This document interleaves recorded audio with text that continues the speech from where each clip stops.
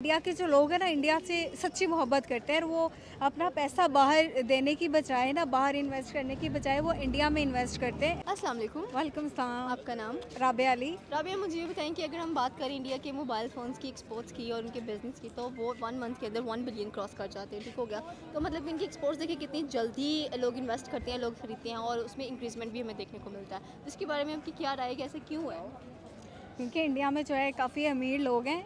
World richest man Ambani जो है वो वहाँ पे, और वो इंडिया से, मतलब पहले भी ये बात हुई थी कि इंडिया के जो लोग हैं ना, इंडिया से सच्ची मोहब्बत करते हैं और वो अपना पैसा बाहर देने की बजाय ना, बाहर इन्वेस्ट करने की बजाय वो इंडिया में इन्वेस्ट करते हैं। इंडियन जो लोग हैं, इंडियन पीपल्स हैं, वहाँ पर इन्वेस्ट करते हैं, जिसकी वजह से उन्हें खुद को भी फ़ायदा आता है, उनके लोगों को भी होता है, उनकी गवर्नमेंट को भी इससे फ़ायदा होता है। लेकिन जो पाकिस्तानी है, पाकिस्तानी बिल्कुल वो सिर्फ अपना पेट भरते हैं और वो दूसरे जो बाहर के उनके बैंक अकाउंट्स हैं वो भरते हैं। पाकिस्तानी अवाम का नहीं सोचते, पाकिस्तान का नहीं सोचते, इसलिए वो पाकिस्तान पे इन्वेस्ट नहीं करते, जिस वजह से काफ़ी नुकसान है।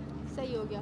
तो इन्वेस्टमेंट, जैसे कि हमारे मुल्क में जो डॉक्टर इंजीनियर्स होते हैं या कोई भी कंपनी लगाते हैं आके, हमारी प्रेफरेंस होती है कि हम बाहर जाके ये काम करें। मतलब हमारे मुल्क में हम ही जब काम करना नहीं चाह रहे तो फ़ौरन कैसे आके इन्वेस्ट करेंगे इसके ऊपर? हाँ, यही है ना, स्टडी के लिए वो कहते हैं कि हम पाकिस्तान से पढ़ें, पाकिस्तान में पढ़ते हैं, टाइम देते हैं, लेकिन जब पाकिस्तान पर वो पैसा, जब पाकिस्तान को चाहिए होता है, वो यहाँ से बाहर चले जाते हैं। जो फ़ायदा पाकिस्तानी अवाम को देना चाहिए वो फ़ायदा वो दूसरों की अवाम को देते हैं। बाहर फॉरेन कंट्रीज़ में जाते हैं, उनके अवाम को वो फ़ायदा देते हैं। और बाहर अगर आप देखें तो बहुत सारे पाकिस्तानी और मुस्लिम जो है ना, वो डॉक्टर्स हैं और इंजीनियर है, आईटी में है, गूगल की जो है वहाँ पर पाकिस्तानी है काफ़ी।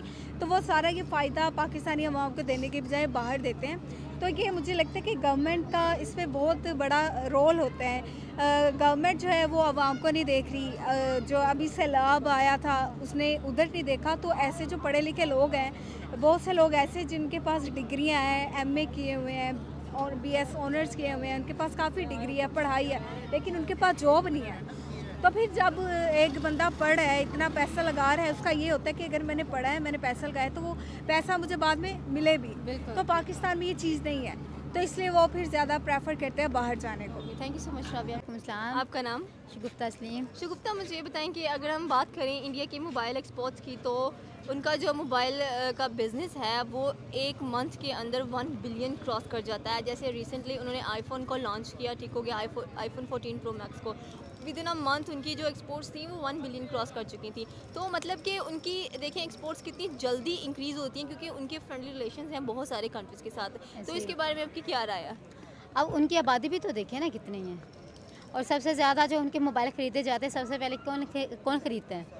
हमारी पाकिस्तानी आवाम तो वैसे ही पागल हो जाती है। सही है।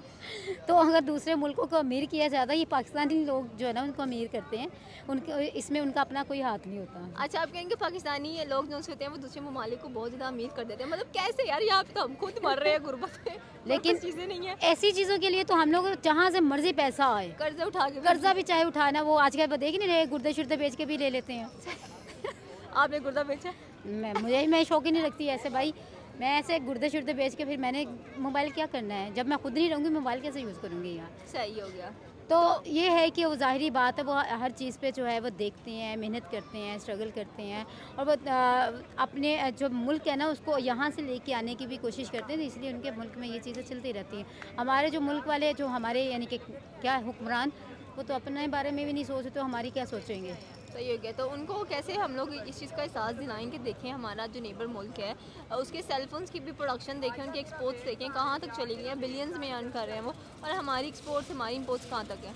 इंडिया और पाकिस्तान एक हो सकते हैं। अगर इंडिया और पाकिस्तान एक हो गए तो फिर इंडिया और पाकिस्तान का मैच कौन देखेगा, इंडिया और पाकिस्तान के बारे में बात कौन करेगा, इंडिया और पाकिस्तान की चीज़ें कैसे चलेंगी? ये भी सही है। थैंक यू सो मच शगुफ्ता। अस्सलाम वालेकुम। वालेकुम सलाम। आपका नाम? हबीबा। हबीबा, मुझे ये बताएं कि अगर हम इंडिया की बात करें तो उनकी जो फ़ोन्स की एक्सपोर्ट है उसका जो इन्वेस्टमेंट आता है उनके मुल्क के अंदर वो 1 बिलियन है। फॉर एग्जांपल जैसे आईफोन था, उसकी जो एक्सपोर्ट हुई थी वो 1 मंथ के अंदर 1 बिलियन तक हुई थी। तो उनकी जो इन्वेस्टमेंट्स हैं उनकी अवाम की वजह से आती हैं या उनकी गवर्नमेंट की या उनकी फॉरेन पॉलिसीज़ की वजह से आती हैं? मेरे ख्याल से उनकी इन्वेस्टमेंट उनके अच्छे ताल्लुकात की वजह से आती है जो उनके दूसरे मुल्क के साथ है, और अब तक जितना इंडिया ने अपना नाम बना लिया हुआ है, तो आपको उनको अपनी ब्रांडिंग करने की ज़रूरत ही नहीं होती है। लोगों को पता चल गया है व्हाट इज़ इंडिया, तो वो खुद ब खुद इन्वेस्ट कर रहे हैं उन पे। सही हो गया, मतलब कि इंडिया खुद एक ब्रांड बन चुका है, और अगर Exactly. कोई फॉरेनर इंडिया के बारे में बात भी करता है तो ही always like that incredible India. मतलब इंडिया में हर एक चीज़ अवेलेबल है इस वक्त, जो भी आपको ज़रूरत है at the door service provide की जा रही बिल्कुल ऐसे ही है। है। अगर हम अपने मुल्क की बात करें तो हमारे पास तो एट द डोर कौन सी सर्विसेज हैं?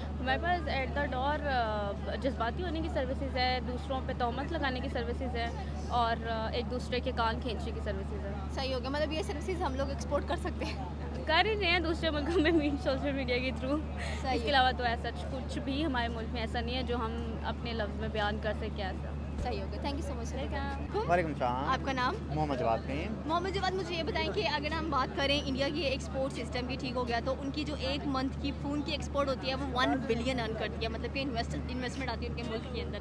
तो मतलब कि उनके ऐसी क्या स्ट्रेटजीज़ हैं? वो कहते हैं कि पॉपुलेशन बहुत बड़ी है, इसलिए उनके मुल्क में इतनी इन्वेस्टमेंट्स आती हैं, इसलिए वो इतनी अच्छी एक्सपोर्ट्स कर लेते हैं। तो क्या यही एक बेसिक रीज़न हो सकता है? असल में यह है कि उनका वहाँ पे ना कुछ चीज़ें हैं जिनका उनका ना जो होता है ना एक बैरियर होता है, जैसे ठीक है वो नहीं है। अब फिल्म इंडस्ट्री देख लें, ठीक है, पाकिस्तान में एक मुस्लिम कम्युनिटी रहती है, तो वो ये चीज़ें आइटम सॉन्ग्स वगैरह और इस तरफ नहीं जा हाँ, नहीं पसंद करते सकते, वो। ठीक है, तो उनको इस चीज़ की से वो नहीं है। तो इसी वजह से काफ़ी सारी ऐसी चीज़ें हैं जिस पे मतलब इश्यूज़ हैं, जिसकी वजह से वो पाकिस्तान से आगे हैं। तो उन्होंने अपने मज़हब को साथ लेकर नहीं चलना होता हाँ, है, ठीक है, वो मजहबी रसूमात को अपना एक हद तक करते हैं, ठीक है, उसके बाद वो अपना सारे काम करते हैं, ठीक है। हमारा ये होता है कि हमने अपने मज़हब के साथ लेके चलना है, हमने अपनी कम्युनिटी को भी साथ लेके चलना है, तो ये चीज़ें हैं जिसकी सही वजह हो से ये गया, सारा कुछ। मतलब देखिए उन्होंने आईफोन जो सा था वो अपनी कंट्री में लॉन्च किया, मेड इन इंडिया लिखा हुआ है उसके ऊपर, ठीक हो गया, और उसकी जो एक मंथ की एक्सपोर्ट थी वो भी 1 बिलियन क्रॉस कर हाँ, चुकी थी। लेकिन ये चीज़ें जो है ना पाकिस्तान में अब आईटी का जो था, ठीक है, आपने सुना होगा जरदारी साहब ने कहा था कि हमारा कमीशन कहाँ जाएगा, तो ये जो आईटी कंपनी है वो पाकिस्तान में ही लगनी थी, तो हमारी हुकूमत की वजह से वो इंडिया शिफ्ट हो गई थी, ठीक है।